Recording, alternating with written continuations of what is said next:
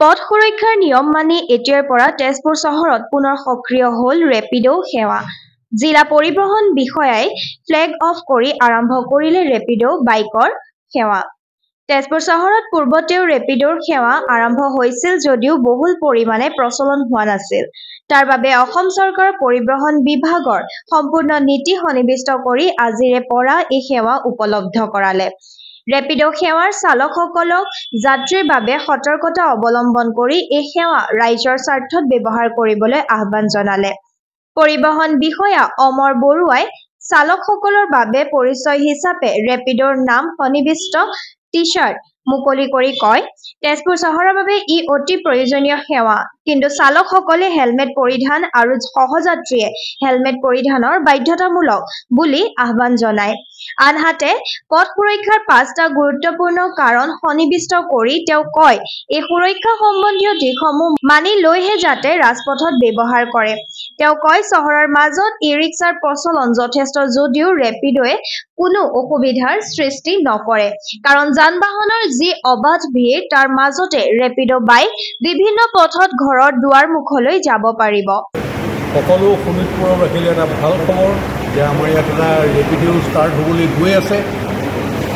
আজি এই ৰেপিডোৰ অনুষ্ঠানটোলৈ মই আহি সঁচাকৈ ভাল লাগিছে, কাৰণ এই ব্যৱস্থাটো এটা বৰ কম পইচাতে আমি গন্তব্যস্থান পাব পাৰোঁ আৰু সোনকালে পোৱা যায় আৰু কম খৰচত যাব। গতিকে এই বস্তুটো মানুহে ডেফিনেটলি আদৰি ল'ব।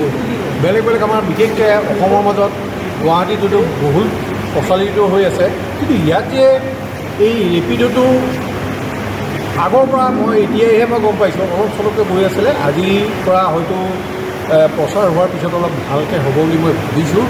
হ'লে আমাৰ ৰাইজৰ খুব সুবিধা হ'ব, খুব কম খৰচতে তেওঁলোকে নিজৰ গন্তব্যস্থান মানুহৰ প্ৰশ্ন হয়। আমাৰ ই-ৰিক্সাই অলপমান আমাৰ টাউনখনক এটা ভাবুকিৰ সৃষ্টি কৰি আহিছে, কিন্তু ৰেপিডো হ'লে আমাৰ বাইকৰ ক্ষেত্ৰত কথা কৈছোঁ, মোক আমাৰ টাউনখনত তেনেকুৱা যান জঁটৰ সৃষ্টি হ'ব বুলি মই নাভাবোঁ। গতিকে ৰাইজৰ ভালহে হ'ব, গতিকে এইটো বেয়া হ'ব বুলি মই নাভাবোঁ। আনহাতে ৰেপিডোৰ তৰফৰ পৰা জনায় যে অতি কম খৰচত এই বাইকৰ জৰিয়তে ৰাইজে সেৱা লাভ কৰিবলৈ সক্ষম হ'ব। বাকী ৰাইজক জনাব বিচাৰিছোঁ, আগতে তেজপুৰত অলৰেডি লঞ্চ আছিলে, বাট ফুল ফ্লেজেডলি ফুল প্লেচত নাছিলে। বাট আজি আমি আকৌ উইথ দ্য ছাপৰ্ট অফ আমাৰ ডিটি অফিচাৰ তেজপুৰত মিষ্টাৰ অমৰ বৰুৱা ছাৰ, তেখেতে বহুত ছাপৰ্ট কৰিছে আৰু আজি আমি তেজপুৰত ৰিলঞ্চ কৰিছোঁ।